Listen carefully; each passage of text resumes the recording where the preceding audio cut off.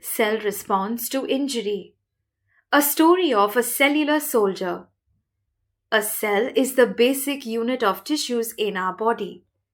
You can think of them as building blocks, which can be used to build a small structure like a strand of hair or large structures like our organs.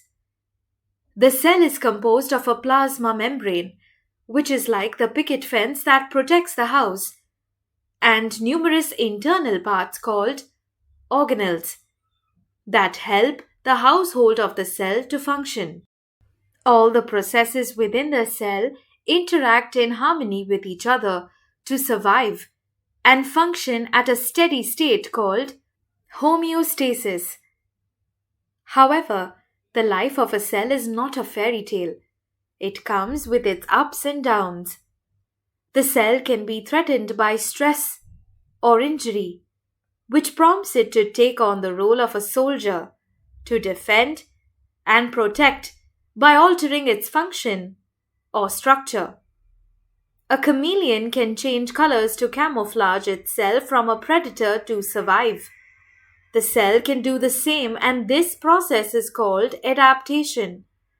But what happens when the stress or injury overpowers the ability of the cell to adapt? Consider the example of a rubber band. When pulled, it thins out. This is called adaptation. However, when pulled excessively, it snaps. Similarly, when a cell encounters stress or injury, it tries to adapt. Cell death occurs when the injury exceeds the cell's ability to adapt.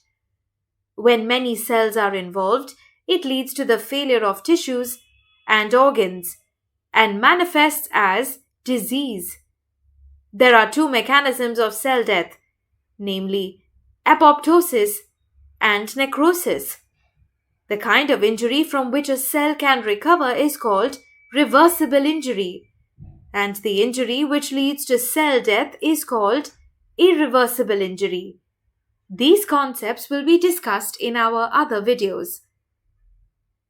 We always expect death to be the end chapter of a person's life. But did you know that cell injury, adaptation, and death begin in the very first chapter of a growing fetus?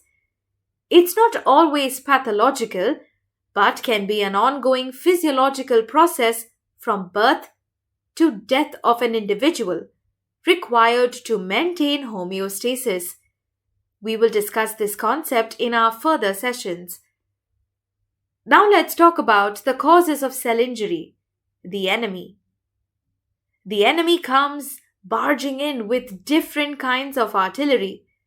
The various causes of cell injury are hypoxia, which means less oxygen supply to the cells; ischemia, which means less blood supply to cells; toxic chemicals; infections; a backfire from the immune system; genetic abnormalities; nutritional problems; physical agents like trauma; and last but not the least, the frenemy we cannot avoid, aging. Let's discuss these blazing guns with examples, beginning with hypoxia and ischemia. Any cause of decreased oxygen supply or reduced blood supply can deprive cells of nutrients and oxygen and block metabolite drainage. For example, a carotid artery block can cause ischemia in the brain, leading to cell death. This manifests as a stroke. Another common cause of cell injury is toxins. We all know that chemicals, drugs, smoke, and pollution are toxic, and the world fights to survive these exogenous toxins every day. But did you know? Normal substances in our body like glucose, salt, and oxygen can be toxic if present in abnormal quantities, and behave as endogenous toxins. An example of toxin-induced cell injury is tobacco chewing, causing an increased risk of oral cavity cancers. Having witnessed the recent pandemic, the importance of microorganisms as a cause of cell injury cannot be emphasized enough. Bacteria, viruses, parasites, and fungi all cause cell injury. For example, oral candidiasis in immunocompromised individuals is caused by Candida. Another culprit is the immune system. It is a double-edged sword, serving as the body's defense force. However, when in overdrive, it can attack its own cells to cause autoimmune and allergic conditions. Sjogren's disease is an autoimmune condition causing dry eyes and dry mouth due to the destruction of the lacrimal and salivary glands. You may have heard about X-Men, who through their genetic mutations save the world. In reality, however, genetic mutations cause structural and functional abnormalities of molecules and also manifest as congenital abnormalities. For example, Down syndrome individuals who have an extra set of genes have many multisystem abnormalities, including oral manifestations like small mouth, large tongue, high arched palate, and delayed eruption of teeth. Coming to the next cause of cell injury, the saying goes, too much spoils, too little doesn't satisfy. Thus goes the weighing scale of nutrition. Deficiency or excess nutrition can both cause cell injury. A deficiency of vitamin A, C, and D can injure ameloblast cells and cause enamel hypoplasia. Excessive dietary intake can cause obesity, type 2 diabetes mellitus, and atherosclerosis. It is common to see an elderly person complaining about an oral ulcer from ill-fitting dentures. Survivors of head and neck cancers are seen to have restricted jaw movement and fibrosis of tissue because of radiation.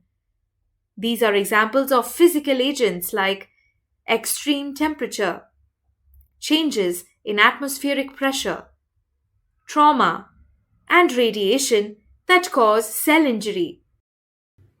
Coming to the concept of aging or cellular senescence, this means a cell runs out of steam over time and cannot withstand an injury. It is a risk factor for chronic diseases, cancers, Alzheimer's disease, and ischemic heart disease. Pop quiz.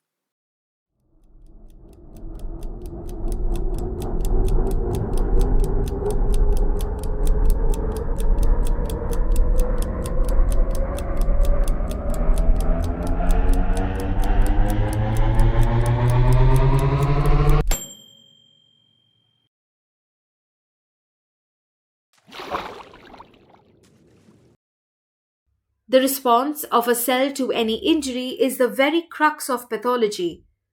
Utmost respect to Dr. Rudolf Virchow, the father of modern pathology, who in the 19th century stated that every disease stems from a change in a normal cell or cellular pathology. Let us now summarize. Various forces like hypoxia, nutritional disturbances, trauma, infections, toxins, etc. can attack the cellular soldier. A strong defense is put up called adaptations. If the cell withholds the attack, it recovers from this reversible injury. If the cell succumbs to irreversible injury, it dies and a disease manifests. We will be discussing adaptation in the following session. We hope you had fun learning with us.